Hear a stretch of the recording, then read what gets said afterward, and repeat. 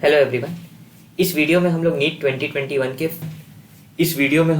2021 के physics section के questions को डिस्कस करेंगे। तो ये जो पहला क्वेश्चन है ये बोल रहा है कि एक सिंपल हार्मोनिक मोशन है जिसका फ्रीक्वेंसी है n, तो पोटेंशियल एनर्जी का फ्रीक्वेंसी कितना होगा। तो हम लोग क्या करते हैं कि एक ग्राफ बना लेते हैं डिस्प्लेसमेंट और टाइम का। तो वो ग्राफ आपको कुछ इस तरह का दिखेगा। We assume we have started from mean, है ना। अब अगर आप पोटेंशियल एनर्जी का ग्राफ बनाएंगे टाइम के साथ, थोड़ा सा ध्यान देना।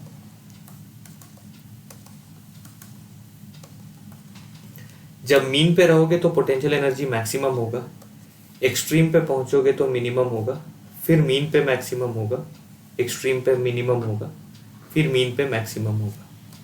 तो आप देख सकते हैं कि जब तक डिस्प्लेसमेंट का एक साइकिल कंप्लीट हुआ, पोटेंशियल एनर्जी का 2 साइकिल कंप्लीट हो गया। तो अगर डिस्प्लेसमेंट वाले का फ्रीक्वेंसी n है तो पोटेंशियल एनर्जी का फ्रीक्वेंसी 2n होगा। तो इसका आंसर हो जाएगा हमारा 2n। सेकेंड क्वेश्चन में बोल रहा है कि पोलर मॉलिक्यूल्स है। तो अगर पोलर मॉलिक्यूल्स है इसका मतलब है कि उसका प्लस माइनस पहले से ही अलग होगा। ठीक है, प्लस का सेंटर और माइनस का सेंटर डिफरेंट होगा। तो यहाँ पे ऑलरेडी एक डाइपोल मोमेंट होगा एंड हेंस एक परमानेंट डाइपोल मोमेंट रहेगा। ठीक है, तो इसका आंसर हो जाएगा 1। फाइन, आगे बढ़ते हैं। ये तीसरे वाले में देखो, ड्रिफ्ट वेलोसिटी क्या लिखोगे, एक्सेलरेशन इंटू रिलैक्सेशन टाइम। और एक्सेलरेशन क्या होगा, force divided by mass into relaxation time. इसका मतलब है ए से आर मैच करेगा। अच्छा, हमको ये भी पता है vector form of Ohm's law ये बोलता है, तो हम इसको लिख सकते हैं इस तरह से। तो यहाँ से रेजिस्टिविटी आ जाएगा ई बाई जे। इसका मतलब है रेजिस्टिविटी हो जाएगा एस। एक और पहले कर लेते हैं, करंट डेंसिटी निकालना आसान है। तो I is equal to n e a v d होता है, सबको पता है। आई बाई ए को हम एन ई वी डी लिख सकते हैं और आई बाई ए ही तो जे होता है। इसका मतलब है करंट डेंसिटी होना चाहिए क्यू। ऑटोमेटिकली इसका मतलब है सी का वैल्यू हो जाएगा पी। तो मेरे को तो सी सॉल्व करना नहीं चाहिए था, लेकिन अगर किसी को चाहिए कि इसको सॉल्व करके देखे कि कैसे रिजल्ट आता है, तो आप इसी फॉर्मूला में क्या करो, आई के जगह लिख दो वी, और वी को लिख सकते हो e into l divided by resistivity, sorry resistance. और रेजिस्टेंस को आप लिख सकते हैं rho l by a, n e a. और आप वी डी को लिख सकते हैं, अभी हम लोग डेराइव किए थे, ई ई टाउ बाई एम। अगर आप यहाँ से सॉल्व करेंगे तो भी आपको टाउ का वैल्यू मिल जाएगा, पर ये हमको एग्जाम में करना नहीं चाहिए था। ठीक है, तो हमारा आंसर होना चाहिए R S P Q. R S P Q यानी ऑप्शन 2, है ना। आगे बढ़ते हैं। देखिए, चौथा क्वेश्चन ये है कि 2 स्फेरिकल कंडक्टर्स R1 R2 को कनेक्ट किया गया वायर से। पहली बात तो ये है कि अगर एक स्फेरिकल कंडक्टर है, ठीक है, तो उसका जो चार्ज होगा वो सरफेस पे डिस्ट्रीब्यूट होगा। तो हम उसके सरफेस पे पोटेंशियल लिख सकते हैं K into total charge divided by R. तो आप V लिख सकते हैं K4 pi sigma R. So V is proportional to sigma into R, क्योंकि K इंटू 4 पाई जो है वो तो कांस्टेंट है। इसका मतलब है कि जब आप इन दोनों स्फीयर्स को वायर से जोड़ दिए, मतलब इन दोनों का पोटेंशियल सेम हो गया, तो हम ये बोल सकते हैं, यानी कि सिग्मा 1 बाई सिग्मा 2 जो होगा वो R2 बाई R1 हो जाएगा। तो इसका आंसर हो जाएगा ऑप्शन 3। ठीक है, ओके। नेक्स्ट क्वेश्चन जो है वो पैरेलल प्लेट कैपेसिटर दिया हुआ है, प्लेट्स का एरिया दिया हुआ है ए, डिस्टेंस दिया हुआ है डी। आपसे पूछा गया एनर्जी स्टोर्ड कितना है अगर उसके बीच में यूनिफॉर्म फील्ड है ई का। तो आपको याद होगा energy density d u by d v is half into epsilon not into E square. ठीक है, तो अगर टोटल एनर्जी चाहिए तो हम लिख देंगे एनर्जी डेंसिटी इंटू वॉल्यूम, और जो कैपेसिटर प्लेट्स के बीच में वॉल्यूम होगा वो होगा cross sectional area into distance between them. तो हमारा आंसर यहाँ से हो जाएगा ऑप्शन 4। ठीक है, okay. Next question, question number 6 में देखो क्या बोला गया कि एक करंट कैरिंग कंडक्टर है जो 5 एम्पियर करंट कैरी कर रहा है और एक इलेक्ट्रॉन है जो कि 10⁵ मीटर पर सेकेंड से जा रहा है। यहाँ पे एक इलेक्ट्रॉन है, परपेंडिकुलर डिस्टेंस आपको दिया हुआ है 20 सेंटीमीटर, फोर्स एक्सपीरियंस्ड लिखा है। ऑब्वियस सा बात है, करंट कैरिंग वायर है तो न्यूट्रल है तो इलेक्ट्रिक फोर्स तो नहीं लगाएगा, लेकिन मैग्नेटिक फोर्स लगाएगा। इलेक्ट्रॉन के लोकेशन पे अगर मैग्नेटिक फोर्स निकालना है तो उसका वैल्यू होगा ये, क्योंकि ये इनफाइनाइट वायर है। तो बी का वैल्यू अपना हो जाएगा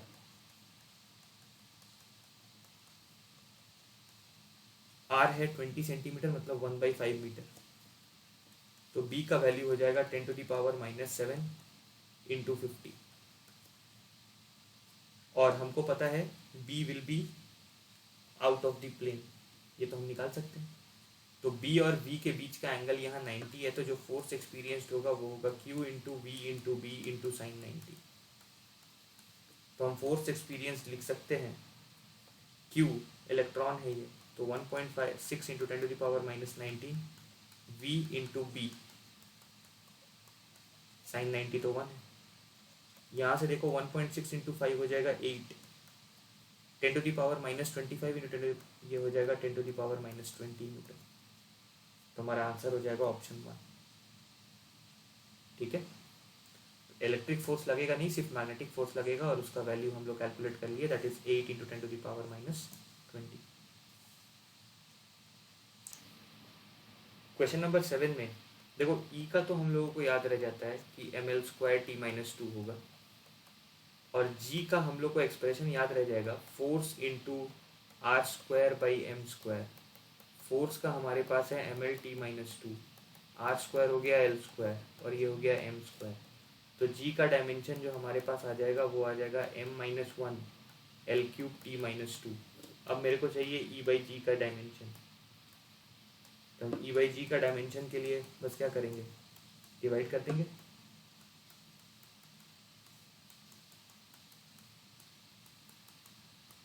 आपको दिखेगा यहाँ हो जाएगा m² l−1 t0, m² l−1 t0, यानी option 2 correct. Fine, let's move to the next question. देखिए नेक्स्ट क्वेश्चन ये है कि large focal length and large aperture is best suited as an objective for astronomical telescope since large aperture contributes to quality. 2 और 3 को देखो ज़्यादा clarity होगा। Large area of the objective ensures better light gathering. Obviously जितना ज़्यादा बड़ा आपका lens होगा उतना ज़्यादा लाइट रेज आप गैदर कर पाएंगे और उतना ज़्यादा विजिबिलिटी आपका बढ़ेगा, राइट। तो सेकेंड वाला तो सही लग रहा है। अच्छा, रिजॉल्विंग पावर क्या होता है, कैन आई से d/1.22 लैम्डा। तो ऑब्वियस सा बात है, अगर डायमीटर ज़्यादा होगा तो रिजॉल्विंग पावर ज़्यादा होगा तो बेटर रिजोल्यूशन मिलेगा, तो ये भी सही है। यहीं से मेरे को ये हो जाना चाहिए था कि all of the above are correct, so the first one then is also correct. और जो कि हमको पता है कि अगर ज़्यादा लाइट गैदर करेंगे तो विजिबिलिटी अच्छा ही रहेगा, क्योंकि हम लोग डिस्टेंट चीज़ को देख रहे हैं तो वहाँ से आता हुआ लाइट वैसे भी स्कैटर हो रहा होगा, तो जितना मैक्सिमम से मैक्सिमम में हम लोग चाहेंगे कि हम लोग गैदर कर सके ताकि हम लोग उसको बेटर विजुअलाइज कर पाए। ठीक है, तो answer for this is 4th। Question number 9। अब यहाँ भी देखो ज़्यादा दिमाग नहीं लगाना है, जो बेस्ट पॉसिबल तरीका है सॉल्व करने का वो देखो। ये हम लोगों को याद रहता है, रूट मीन स्क्वायर वाला जो होता है वो √3 RT/m होता है, तो ये तो क्यू कोई भी मारेगा। प्रेशर एक्सर्टेड को छोड़ के हम पहले चल जाते हैं डी पे। डी है total energy of 1 mole of a diatomic gas. Diatomic gas है मतलब डिग्री ऑफ फ्रीडम 5 होगा, और हमको पता है 1 मोल के लिए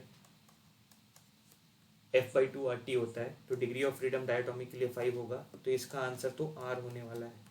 अब देखो ए का आंसर Q और डी का आंसर R किस में है, तो ए का आंसर Q होना चाहिए, तो ये दोनों गायब हो गया, और डी का आंसर R होना चाहिए, तो ये गायब हो गया, 4 हो गया।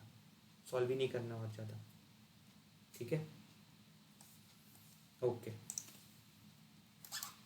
नेक्स्ट देखिए क्वेश्चन नंबर 10 में 2 स्टेटमेंट दिया है और आइडेंटिफाई करना है कि कौन सही है कौन गलत है, ठीक है। तो अब यहाँ पे क्या बोल रहा है, जेनर डायोड रिवर्स बायस में कनेक्ट होता है एज अ वोल्टेज रेगुलेटर। तो अगर आपको ध्यान होगा तो ये बिल्कुल सही बात है, क्योंकि अगर आप उसको रिवर्स बायस में लगाएंगे तो रिवर्स बायस में उसका कैरेक्टरिस्टिक अगर आपको याद हो तो कुछ इस तरह का होगा। तो एक बार जब वो ब्रेक डाउन कर जाता है तो फिर वोल्टेज बहुत ज़्यादा उसमें चेंज नहीं करता है, तो कहने से एक सर्टन वोल्टेज के बाद ये वोल्टेज बढ़ने नहीं देगा, और चूंकि ये इसके साथ पैरेलल में है तो ये रेजिस्टेंस भी इस पर्टिकुलर VZ वोल्टेज से ज़्यादा नहीं जा पाएगा और उसका वोल्टेज रेगुलेट हो जाएगा। करेक्ट। तो पहला स्टेटमेंट तो सही है। Barrier potential of PN junction lies between 0.1 to 0, हमको पता है सिलिकॉन का ही तो 0.7 वोल्ट्स होता है, राइट। तो ये स्टेटमेंट तो गलत हो गया, यानी कि A is correct and B is incorrect, ये हमारा आंसर हो जाएगा। ठीक है। ये क्वेश्चन नंबर 11 को देखें तो अगर आप देखोगे तो जहाँ पे माइनस चार्ज है वहाँ पे फील्ड लाइंस का डेंसिटी घट गया है एज कम्पेयर टू जहाँ प्लस क्यू चार्ज है। इसका मतलब है कि प्लस क्यू चार्ज के पास जो फील्ड लाइंस है वो ज़्यादा स्ट्रॉन्ग है। तो अगर ये QE1 है तो माइनस चार्ज पे QE2 लगेगा, और चूंकि फील्ड लाइन डेंसिटी आगे बढ़ रहे हो, देख रहे हो ये डाइवर्ज कर रहा है फील्ड लाइंस, तो हम बोल सकते हैं E2 is less than E1। तो QE1 is greater then QE2, तो इस डाइपोल को नेट फोर्स राइट की तरफ लगेगा, तो ये डाइपोल राइट में मूव करेगा। तो इलेक्ट्रिक फोर्स भी राइट में लगा, डिस्प्लेसमेंट भी राइट में होगा, तो work done by electric force will be positive, और हमको पता है delta U is minus of work done by electric force, तो डेल्टा U नेगेटिव होगा। इसका मतलब है पोटेंशियल एनर्जी डिक्रीज करेगा, तो वो डाइपोल राइट में मूव करेगा, पोटेंशियल एनर्जी डिक्रीज करेगा। हमारा ऑप्शन हो जाएगा ऑप्शन 3। क्लियर है। अगले क्वेश्चन पे चलते हैं। अब क्वेश्चन नंबर 12 में ये बोल रहा है कि एक कॉन्वेक्स लेंस और एक कनकेव लेंस,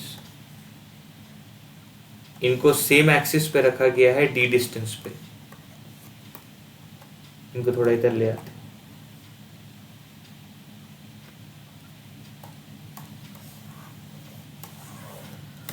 और रे ऑफ लाइट जो इस पे पैरेलल आया वो कनकेव पे भी फॉल करने के बाद फिर पैरेलल निकल गया।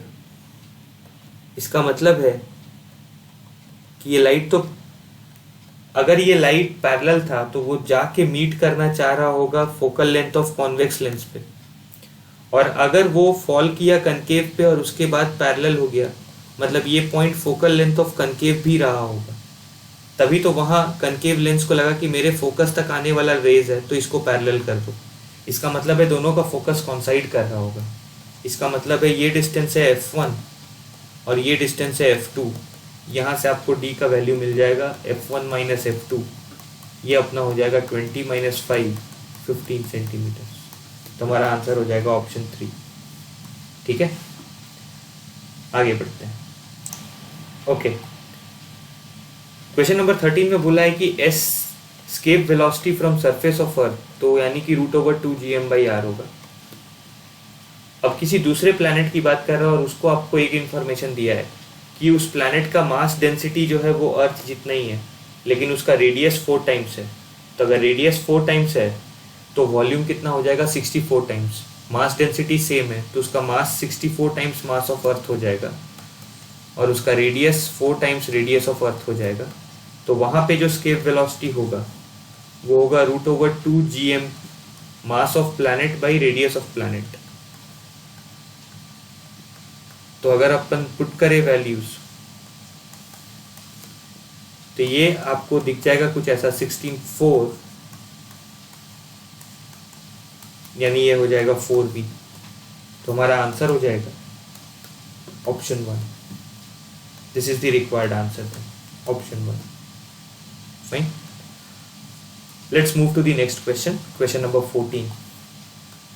क्वेश्चन नंबर 14 में आपसे बोल रहा है कि स्क्रू गेज दिया हुआ है और डायमीटर मेजर कर रहा है। मेन स्केल रीडिंग 0 मिलीमीटर है, सर्कुलर स्केल जो है वो 52 डिविजन्स है। 1 millimetre corresponds to 100 divisions on circular scale, तो लीस्ट काउंट आपका हो जाएगा 1 मिलीमीटर बाई 100, यानी 0.01 मिलीमीटर, यानी कि आपका रीडिंग हो जाएगा main scale reading plus division coinciding into least count, यानी ये हो जाएगा 0.52 मिलीमीटर्स। तो सेंटीमीटर्स में ये हो जाएगा 0.052 सेंटीमीटर्स। करेक्ट, तो आपका आंसर हो जाएगा ऑप्शन 1। ठीक है। क्वेश्चन नंबर 15 देखो, पहले वाले में एटॉमिक नंबर 1 से डिक्रीज कर रहा है, तो 1 से डिक्रीज कर रहा है मतलब ये बीटा प्लस डीके होगा, प्रोटॉन न्यूट्रॉन में कन्वर्ट हुआ होगा। फिर एटॉमिक नंबर 2 से डिक्रीज कर रहा है यानी ये अल्फा डीके होगा, और फिर एटॉमिक नंबर 1 से इंक्रीज कर रहा है, इसका मतलब ये बीटा माइनस डीके होगा, न्यूट्रॉन वापस से प्रोटॉन में कन्वर्ट हुआ होगा एक तो एटॉमिक नंबर बढ़ गया। तो हमारा सही पैटर्न है beta plus alpha beta minus, तो ये हमारा ऑप्शन हो जाएगा ऑप्शन 4। ठीक है, अगला क्वेश्चन देखते हैं। ये क्वेश्चन नंबर 16 जो है, अब इसमें आपको दिया गया है potential across inductor, capacitor, resistor, और आपको एम्पलीट्यूड बताया गया है। तो ये जो भी मेजर्ड वैल्यू होगा ये सब तो आरएमएस वैल्यू होगा, तो क्या हम बोल सकते हैं जो RMS value of source voltage होगा वो आप निकाल सकते हैं, इतना होना चाहिए VR² plus VL minus VC का होल स्क्वायर। ये आप सॉल्व करेंगे तो आ जाएगा 50 वोल्ट्स। इसका मतलब एम्पलीट्यूड ऑफ सोर्स वोल्टेज हो जाएगा 50√2 वोल्ट्स। इम्पीडेंस जो होगा वो सोर्स वोल्टेज का amplitude divided by current amplitude होगा, तो 50√2 डिवाइडेड बाई 10√2, ये हमारा 5 ओम हो जाएगा। ठीक है, तो ये ऑप्शन मैच कर जाएगा 1 से। क्लियर है? ओके।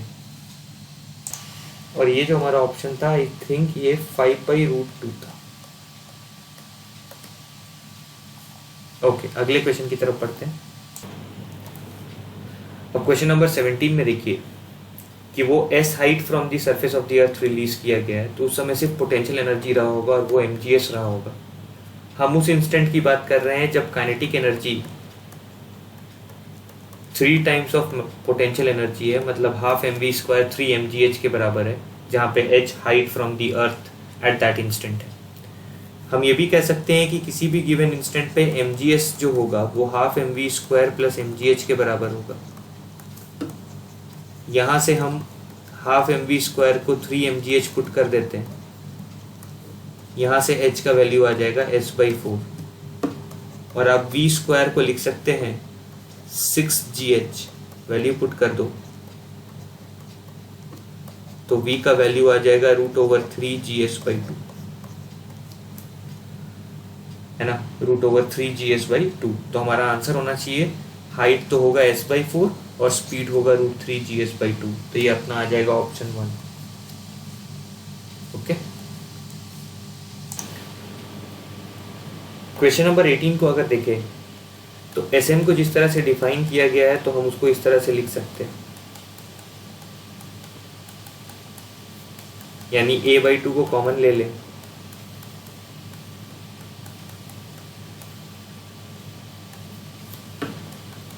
तो ये आ जाएगा। ये रिजल्ट याद भी रह सकता है, लेकिन नहीं याद है तो हम लोग डेराइव भी कर सकते हैं। तो अगर हमको Sn+1 निकालना होगा तो हम n के जगह n+1 पुट कर देंगे अंदर, तो Sn+1 आ जाएगा। अब रेशियो ले लो Sn/Sn+1 का, वो आ जाएगा 2n - 1/2n+1। ये हमको आंसर मिल जाएगा। कौन सा आंसर? ऑप्शन 4 हो जाएगा, सॉरी ऑप्शन 3 हो जाएगा। ठीक है, fine, let's move to the next one. Okay, question number 19 में क्या करेंगे, इनिशियल एक्टिविटी जो A0 है, ठीक है ना, वो हो जाएगा क्या, लैम्डा इंटू N0। ठीक है, अब 150 आवर्स के बाद कितना n बचेगा, तो बचेगा N0 2 to the power time by half life, इतना ही बचेगा। तो ये बच जाएगा आपका N0/2 to the power of 3/2, तो ये हो जाएगा N0 to the power of 2√2। तो हमारा जो एक्टिविटी होगा वो होगा लैम्डा इंटू प्रेजेंट n, तो प्रेजेंट n है इतना। ठीक है, तो क्या हम ऐसा बोल सकते हैं कि जो प्रेजेंट एक्टिविटी है लैम्डा इंटू N0 को हम लिख सकते हैं A0/2√2। So what fraction of original activity remains, can I से 1/2√2। हमारा आंसर हो जाएगा ऑप्शन 3। ठीक है, नेक्स्ट क्वेश्चन, क्वेश्चन नंबर 20। इसमें हमको ए और बी के अक्रॉस अगर इक्विवेलेंट रेजिस्टेंस चाहिए तो हम नोड्स को नेम कर लेते हैं, तो आपको दिख जाएगा कि ये वाला कैपेसिटर यूजलेस हो गया और ये दोनों कैपेसिटर्स पैरेलल में हैं, तो हम कह सकते हैं CAB will be 2C. Hence our answer will be option 3. Question number 21. देखो चार वायर से equal length, equal area of cross section, equal material, इसका मतलब सबका रेजिस्टेंस सेम है, पैरेलल में लगाया गया, तो R/4 जो है वो 0.25 है, तो R का वैल्यू 1 ओम हो जाएगा. अब जब सीरीज में लगाओगे तो वही इक्विवेलेंट हो जाएगा 4 टाइम्स ऑफ R, चारों सीरीज में है तो 4R, तो हमारा इक्विवेलेंट रेजिस्टेंस हो जाएगा 4 ओम. तो 21 का आंसर हो जाएगा 1. ठीक है. अब क्वेश्चन नंबर 22 ये बोल रहा है कि कोई एक था 240 न्यूक्लियॉन्स के साथ, वो ब्रेक हुआ A और B में, दोनों 120 न्यूक्लियॉन्स है और कुछ एनर्जी है. तो जो एनर्जी लिबरेट हुआ होगा वो होगा A और B के बनने से जो एनर्जी आया वो -x को तोड़ने में जो एनर्जी लगा. तो A और B को बनने में जो एनर्जी आया वो होगा 240 इंटू 8.5 और x को तोड़ने में जो एनर्जी लगा वो होगा 240 इंटू 7.6, तो ये हो जाएगा 240 इंटू 0.9. तो हमारा आंसर हो जाएगा 24 इंटू 9 बोल सकते हैं इसको, तो ये हो जाएगा आपका 216. और हाँ, ये मेगा इलेक्ट्रॉन वोल्ट्स में आंसर रहता है, तो हमारा ऑप्शन मैच कर जाएगा ऑप्शन 1 से. ठीक है. ओके. क्वेश्चन नंबर 23 में देखिए, mobility of electron is slightly greater than mobility of hole. So we can say in case of mobility we know is Vd by E. So Vd is mu into E. If same field is applied, then we can say drift velocity of electron is more than drift velocity of holes, and we know I is NEA Vd. Since electrons will have more drift velocity, so current will be more when they are the majority carriers, and hence when you apply external field, the current in N type will be greater than the current in P type. So your answer then will be 4. Clear? Because Vd of E will be greater than Vd of H. Okay. Okay. यहाँ पे let number of photons emitted per seconds be n. और एक photon का energy hc by lambda. So this is the energy emitted in 1 second. That is nothing but power. Therefore n will be power into lambda divided by h into c.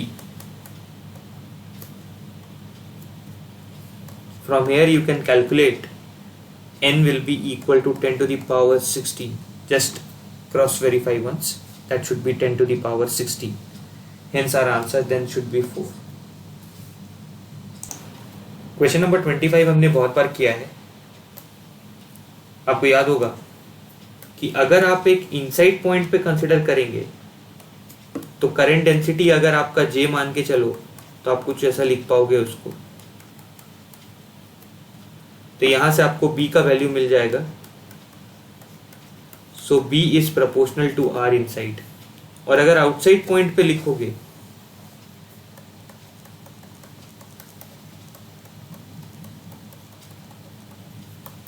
उस case में आप लिख पाओगे mu not JR² by 2R. So B then is inversely proportional to R. तो inside में directly proportional, outside में inversely proportional. तो अंदर तक में ऐसे चलेगा, जब R आएगा तो ऐसा हो जाएगा. तो हमारा ऑप्शन हो जाएगा ऑप्शन 4. ठीक है.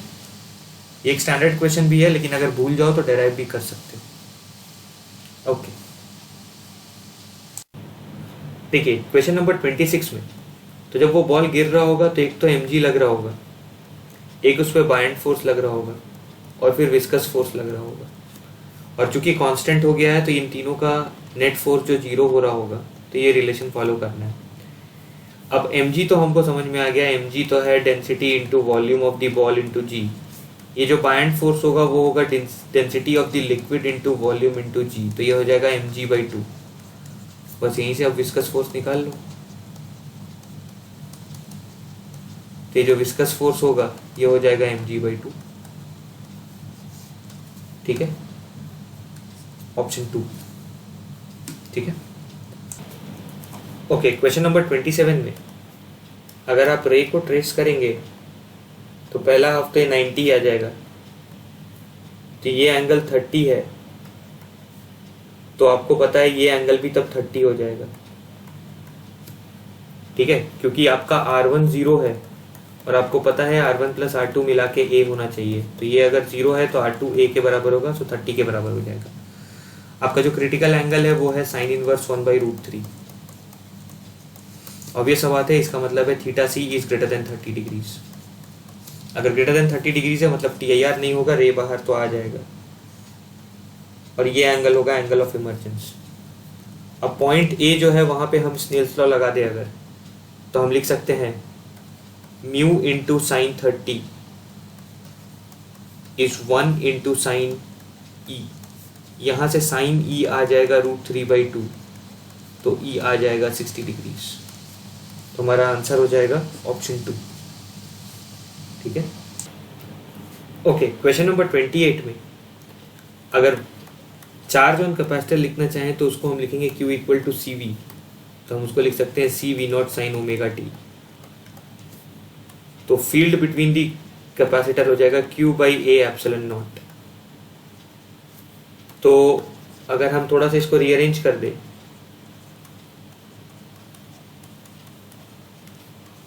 So this is nothing but epsilon not into 5E हो जाएगा। डिफ्रेंशिएट कर दो टाइम के रेस्पेक्ट में,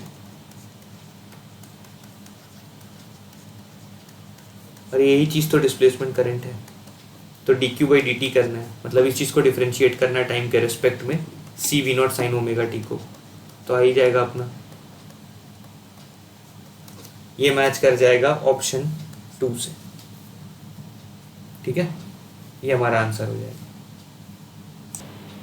ओके, क्वेश्चन नंबर 29 में हम लोग डायमेंशन चाहते हैं एनर्जी का, तो उसको अगर देखोगे तो हो जाएगा फोर्स का डायमेंशन और लेंथ का डायमेंशन।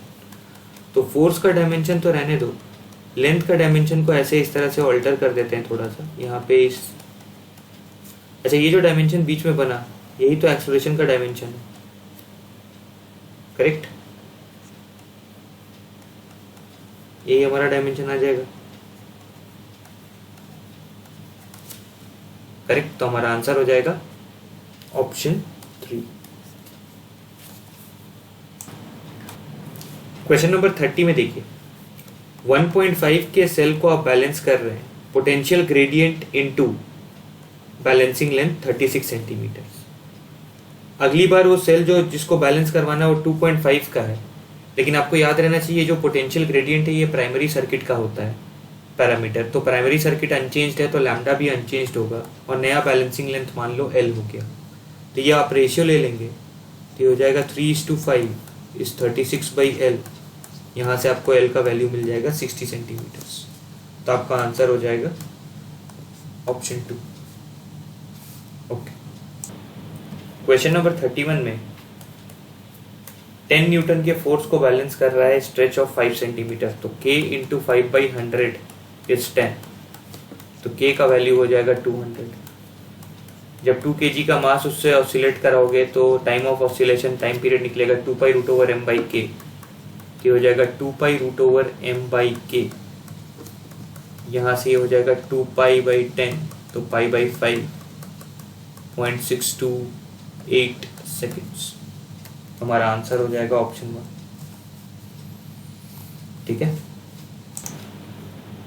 देखो जो भी पॉसिबल डायरेक्शन होगा उसमें E.B 0 होना चाहिए, क्योंकि E और B हमेशा एक दूसरे के परपेंडिकुलर होता है ना। तो अगर E.B 0 करना है तो पहला वाला में डॉट प्रोडक्ट करोगे तो आ जाएगा 1 + 1 2, तो ये नहीं हो सकता है।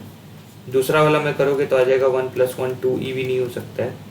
तीसरा वाला में करोगे तो आ जाएगा 1 - 1 0, तो ये पॉसिबल है। चौथा वाला में करोगे तो आ जाएगा -1 -1, तो -2, ये भी पॉसिबल नहीं है। तो एक ही पॉसिबल कॉम्बिनेशन है, वो है 3, तो यही आंसर होगा। ठीक है, क्वेश्चन नंबर 33 में हम लोग न्यूटन्स लॉ लगाएंगे। तो टेम्परेचर डिफरेंस जो गिरना है by T, K times T average, 90 + 80 170, तो 85 - 20। और दूसरी बार हमको 80 से 60 जाना है, तो 20/T1 टी एवरेज, तो 80 + 60/2 यानी 70 - 20। रेशियो ले लो तो ये हो जाएगा T1/2T इज 65/50, ये हो जाएगा 13/10, तो T1 हो जाएगा 13T/5। तो हमारा ऑप्शन हो जाएगा ऑप्शन 3। क्वेश्चन नंबर 34 में जो इंसिडेंट वेवलेंथ है hc/लैम्डा वही आपको काइनेटिक एनर्जी देगा। आपको एक चीज़ बताया गया है कि h/mv जो उस इलेक्ट्रॉन का है, बाहर आया हुआ इलेक्ट्रॉन का, वो de Broglie wavelength lambda D है। तो हम मोमेंटम को लिख सकते हैं h/λd। काइनेटिक एनर्जी होता है p²/2m, यानी काइनेटिक एनर्जी हो जाएगा h²/λ² d × 2m। यही काइनेटिक एनर्जी hc/लैम्डा के भी बराबर है। तो यहाँ से लैम्डा आ जाएगा 2mc/h × λd²। तो हमारा ऑप्शन मैच कर जाएगा ऑप्शन 4 से। Okay fine. देखिए, इन 1 second how much energy is converted into kinetic energy. तो क्या हम बोल सकते हैं काइनेटिक एनर्जी होगा 15 kg वाटर 1 सेकेंड में फॉल कर रहा है 60 मीटर के हाइट से, तो इतना काइनेटिक एनर्जी में कन्वर्ट हो रहा हो। और इस एनर्जी का 10% फ्रिक्शनल लॉस में चला गया, मतलब इस एनर्जी का 90% हमारे लिए आउटपुट है। तो अगर हम आउटपुट लिखें तो it will B 90% of this.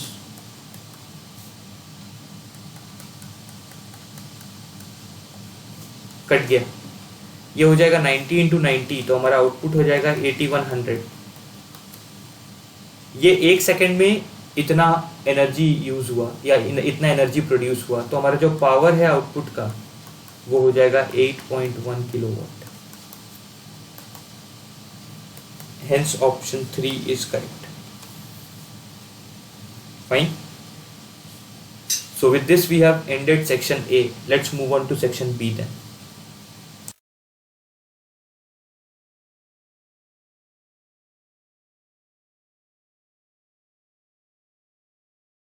Okay, question number 36 में बोल रहा है कि 27 ड्रॉप्स को सेम साइज के चार्ज किया गया 220 वोल्ट्स तक। तो एक के लिए अगर बोले तो हम बोल सकते हैं कि एक का चार्ज एट सरफेस होगा KQ/R इज 220, तो जो Q होगा वो हो जाएगा 220R/K। तो जो टोटल चार्ज होगा वो 27 टाइम्स ऑफ दिस हो जाएगा। जब कंबाइन करेगा ड्रॉप्स तो वॉल्यूम भी तो कंजर्व रहना चाहिए। स्मॉल r मान लो वो नया जो बना उसका रेडियस है, तो यहाँ से r का वैल्यू आ जाएगा 3r। तो अब जो नया पोटेंशियल होगा वो होगा K × Q total divided by new radius. यहाँ से आपको दिख जाएगा V dash will be 9 × 220 and I suppose that is 1980 volts, है ना। तो हमारा आंसर हो जाएगा ऑप्शन 1। ठीक है, नेक्स्ट क्वेश्चन पे बढ़ते हैं। Next question, question number 37। सबसे पहले लेंस के लिए अगर फॉर्मूला लगाओगे तो लिखोगे 1/v - 1/-60 इज 1 फोकल लेंथ। तो 1/v is 1/30 - 1/60, so 1/v is equal to 1/60, so v is 60 centimetres. तो अगर v 60 सेंटीमीटर्स है मतलब लेंस को लगेगा कि उससे 60 सेंटीमीटर्स पे इमेज बना, मतलब प्लेन मिरर को लगेगा कि उसके लिए जो ऑब्जेक्ट है, यही I1 तो ऑब्जेक्ट है प्लेन मिरर के लिए, तो प्लेन मिरर को लगेगा कि जो ऑब्जेक्ट है वो उसके पीछे 20 है, तो वो उसके आगे उसका इमेज बना देगा। This is the image found by plane mirror 20 centimetre in front of the. और ये I2 जो है ये इस कॉन्वेक्स मिरर के लिए क्या चीज़ का काम करेगा, ऑब्जेक्ट का काम करेगा। तो अगर ये डिस्टेंस 20 है तो ये डिस्टेंस भी 20 ही होगा।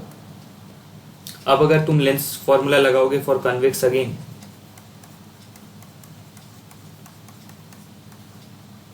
वन बाई 30, तो 1/v is 1/30 - 1/20, तो 1/v is 2 - 3/30 60, तो V का वैल्यू आ गया -60। मतलब वो फिर से I1 वाले लोकेशन पे ही फाइनल इमेज बनेगा। तो फाइनल इमेज अगर फाइनल इमेज पूछेगा, और फाइनल इमेज जो होगा वो ऑब्वियसली वर्चुअल इमेज होगा, क्योंकि कॉन्वेक्स लेंस के लिए अगर नेगेटिव इमेज डिस्टेंस आया, इसका मतलब है कि वो वर्चुअल इमेज है। तो it will be 20 centimetre from plane mirror and it will be a virtual image. तो ऑप्शन 1 तो सही दिख ही रहा है मेरे को। ठीक है, लेंस से 20 सेंटीमीटर वही रॉन्ग हो गया, 30 सेंटीमीटर फ्रॉम लेंस वही रॉन्ग हो गया, 30 सेंटीमीटर फ्रॉम प्लेन मिरर ये भी रॉन्ग हो गया। तो ऑप्शन 1 हमारा करेक्ट है। तो हम लोग क्या किए, एक बार पहले कॉन्वेक्स लेंस से लगाए, फिर जो कॉन्वेक्स लेंस का इमेज था I1 वो प्लेन मिरर के लिए ऑब्जेक्ट का काम किया, तो वो अपना एक इमेज बना के दिया I2, वो I2 इस कॉन्वेक्स मिरर के लिए ऑब्जेक्ट का काम किया, वो अपना फाइनल इमेज बना के दिया I। और चूंकि फाइनल इमेज जो है वो माइनस साइन के साथ आया था, इसका मतलब वो वर्चुअल इमेज रहा होगा कॉन्वेक्स लेंस के लिए। ठीक है, ओके। क्वेश्चन नंबर 38 में आपको बोला गया कि पार्टिकल को प्रोजेक्ट किया गया है k टाइम्स स्केप वेलोसिटी से, तो उस समय का एनर्जी हम इतना लिख सकते हैं।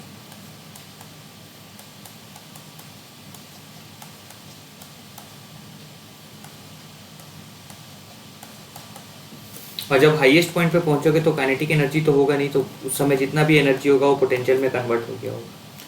जीएमएम को थोड़ा कन्वर्ट कर लेंगे अगर, तो सारे जगह से जीएमएम कैंसल आउट कर जाएगा, तो आपका इक्वेशन कुछ ऐसा बन जाएगा। अगर इसको थोड़ा सा रीअरेंज कर लो,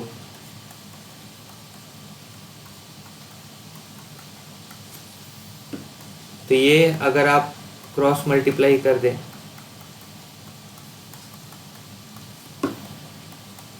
रीअरेंज कर दें, तो h का वैल्यू आ जाएगा, और ये हमारा हो जाएगा ऑप्शन 1। ठीक है, अब क्वेश्चन नंबर 39 में एक ही ऑप्शन दिख रहा है हमको कि Q का वैल्यू 1 है, तो हमको V क्रॉस B, हर एक B का ऑप्शन को एक एक बार चेक कर लो, हो सकता है कि लक अच्छा रहे तो जल्दी फिगर आउट हो जाए। जैसे IJK बनाए, तो पहला ऑप्शन के साथ अगर हमको चेक करना है तो V क्रॉस B करना है, तो हम लिखेंगे 6 6 -8, तो इसमें जो फोर्स के आई कैप का कंपोनेंट आएगा वो आएगा -32 -36, और लेकिन हमको चाहिए था 4, तो यानी कि पहला ऑप्शन तो नहीं हो सकता है। फिर IJK करते हैं, 2 4 6 -8 -8 -6, तो यहाँ से जो आई कैप कॉम्पोनेंट आएगा फोर्स का वो होगा -24, और ये हो जाएगा +48, तो ये हो जाएगा 24 आई कैप, लेकिन हमको फोर्स का कंपोनेंट तो 4 आई कैप चाहिए था, तो ये भी नहीं हो सकता है। फिर से गया, ये भी गया। सी वाले के साथ चेक कर लेते हैं, 2 4 6 -6 -6 -8, तो फोर्स का आई कंपोनेंट हो जाएगा -32 माइनस ऑफ -36, मैच कर गया, 4 आई कैप। आगे बढ़ते हैं, जे को भी चेक करते हैं। फिर जे कैप को तुम लिखोगे -36 माइनस ऑफ -16, तो ये हो जाएगा -20 जे कैप, ये भी मैच कर गया, होप बढ़ गया। के कैप को चेक करोगे तो होगा -12 माइनस ऑफ -24, तो ये हो गया 12 के कैप। तीनों कंपोनेंट्स मैच कर गया, और कुछ करना नहीं है, ऑप्शन 3 मार के आ जाना है। ठीक है, ओके ओके। एक लूप बहुत बड़ा है और दूसरा उसके सेंटर पे है और बहुत छोटा है, तो हम मान सकते हैं जो सेकंड वाला लूप है उस पर 1 के कारण जो फील्ड आएगा वो ऑलमोस्ट कांस्टेंट रहेगा, मैग्नेटिक फील्ड, तो वो मैग्नेटिक फील्ड होगा μ0I/2r1, और सेकंड वाला का एरिया होगा πr2²। करेक्ट, ये होगा total flux associated with 2 due to 1। इसको हम लिख सकते हैं mutual inductance of 2 due to 1 into I। तो mutual inductance of 2 due to 1 will be μ0π/2 r2²/r1। तो mutual inductance of 2 due to 1 is proportional to r2²/r1, hence answer will be option 1। Okay, इस question में क्या करेंगे, मान low output बनाने के लिए हम टाइमलाइन ले लेते हैं। कुछ थोड़ा दूर तक बना लेंगे, वहीं से अपना क्लैरिटी ले आएंगे। तो जब 0 से T1 है तो A का वैल्यू 0 है, B का वैल्यू उस समय 0 है और C का वैल्यू 5 है, यानी कि हाई इनपुट है, तो 1 मान लेते हैं। तो 0 और 0 एंड होगा तो 0 मिलेगा, ठीक है।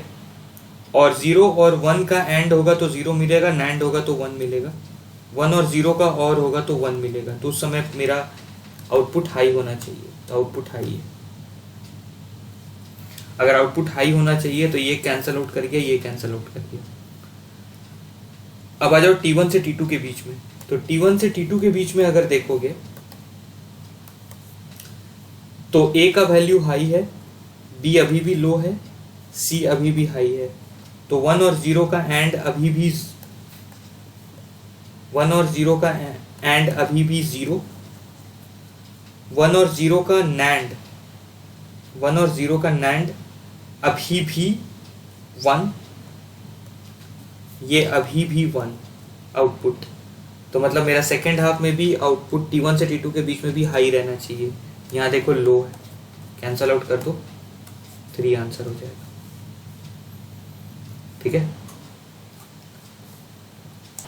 देखो इसमें क्या है, इनिशियल मोमेंट ऑफ इनर्शिया तो mr² रहा होगा, इसमें कोई डाउट नहीं है।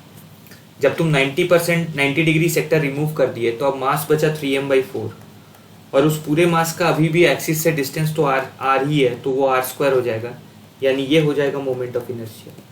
तो क्या हम बोल सकते हैं, वो हो जाएगा 3/4 ऑफ mr², क्योंकि जब तुम 90 वाला सेक्टर को रिमूव कर दोगे तो बाकी जो बचा 3m/4 है, उन सबका अभी भी एक्सिस से डिस्टेंस जो है वो सेम है और वो इक्वल टू r है। तो हम लिख दिए total mass into distance from the axis का स्क्वायर, हो गया। तो ये 3/4 हो जाएगा।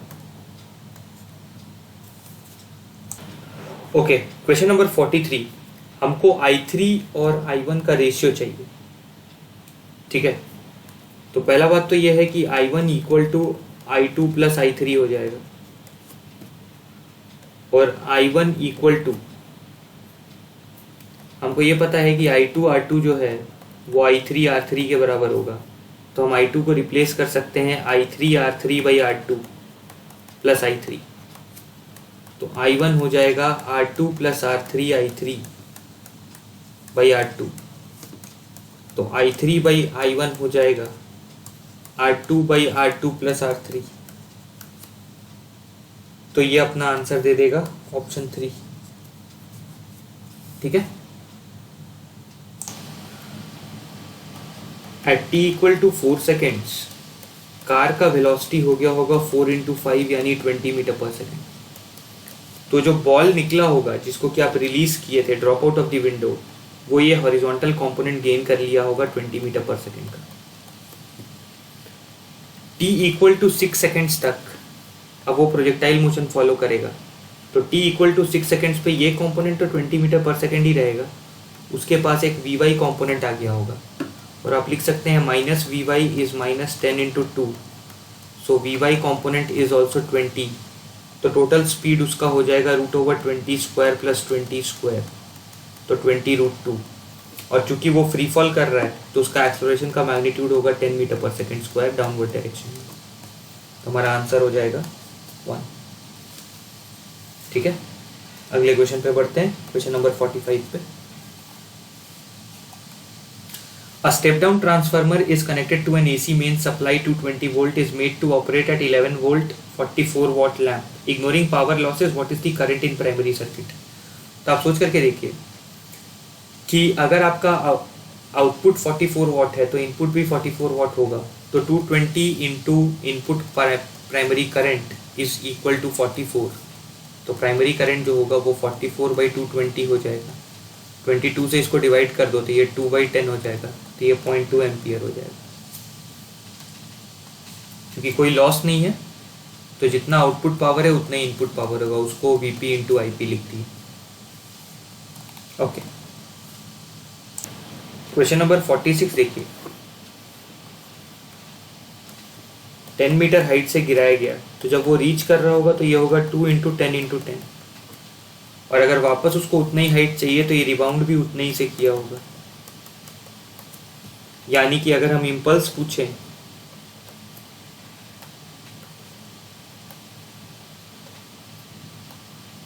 if I get the impulse j, it is final momentum minus initial momentum, और इनिशियल मोमेंटम तो नेगेटिव रहा होगा, तो ये हो जाएगा 0.15 इंटू 20 इंटू √2। तो ये इम्पल्स कितना हो जाएगा, ये अपना बन जाएगा 0.15 इंटू 23 हो जाएगा, 3 इंटू √2 यानी 1.4 टाइप्स, यानी 4.2 टाइप्स। तो हमारा आंसर हो जाएगा 3। देखो इस क्वेश्चन में आपको ये याद होना चाहिए कि जो हाफ पावर बैंडविड्थ होता है एंगुलर फ्रीक्वेंसीज, तो ω2 माइनस ω1 जो है वो R/L होना चाहिए। तो यहाँ पे R का वैल्यू है 40, L का वैल्यू है 5, तो ये होना चाहिए 8। तब देखो यहाँ पे ω2 माइनस ω1 करोगे तो 8 नहीं आएगा, वो 16 आ जाएगा, गड़बड़ हो गया। यहाँ पे करोगे तो 50 आ जाएगा, वो भी गड़बड़ हो गया। यहाँ पे करोगे तो 15 आ जाएगा, वो भी गड़बड़ हो गया। यहीं पे करोगे तो सिर्फ 8 आएगा, तो यही पॉसिबिलिटी है। ठीक है, क्वेश्चन नंबर 48 में डायग्राम बना लो या पीडी बना लो। ये हमारा हिंज पॉइंट है, 500 ग्राम्स है तो हाफ इंटू 10 यानी 5 न्यूटन, तो ये भी लग रहा है। और 40 सेंटीमीटर मार्क था वो 100 पे, तो ये 60 सेंटीमीटर पे एक्ट कर रहा होगा। ये mg होगा जिसका यहाँ से डिस्टेंस हो जाएगा 120, और ये हो जाएगा 20, इसका यहाँ से डिस्टेंस हो जाएगा 20। Net torque should be 0, so 5 into 60 plus 10m into 120 is equal to 20 into 20. So 1200 m is equal to 100, 400 minus 300, तो m will be equal to 1/12 kg। हमारा आंसर हो जाएगा ऑप्शन 1। ठीक है, आगे बढ़ते हैं। इस क्वेश्चन में मान लो कि स्पीड जो है वो u है, तो टाइम पीरियड हो जाएगा 2πr/u, तो u हो जाएगा 2πr/t। अब जो मैक्सिमम हाइट है, मान लो एंगल ऑफ प्रोजेक्शन थीटा है, तो मैक्सिमम हाइट होता है u² sin² θ/2g is maximum height which is 4r right now. u² हो गया 4π² r² t² sin² θ/2g is 4r।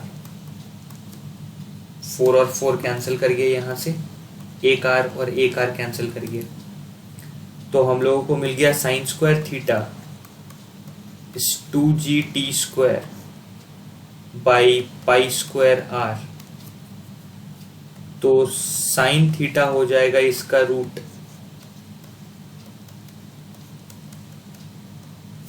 और थीटा हो जाएगा साइन इनवर्स ऑफ दिस।